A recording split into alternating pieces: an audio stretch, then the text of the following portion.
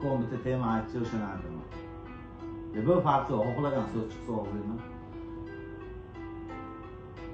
Ketdi davay. Yurt haqida. Yurtim mani bu mani faxrim. Bu qari mani go'zal Namangan shahri.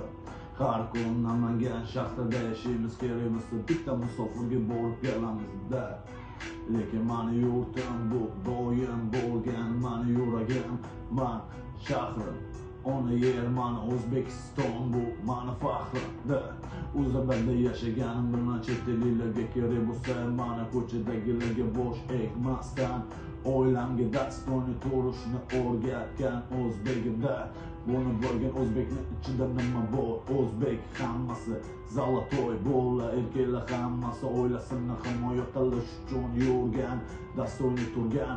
Mani o'zbegim haqiqiy to'za to'g'ri har tarafdan kelib qo'shilgan qo'llar mana bularni tarqatadi qara qaysi tarafga. Lekin o'zbegim ichida qani katta gap bor. Ibn Sino, mana Navoiy, Bobo Kalonlar ham bor. Da bu mani o'zbegim, bularni bilasan, kerak bo'lsa biz orqali yashaysan.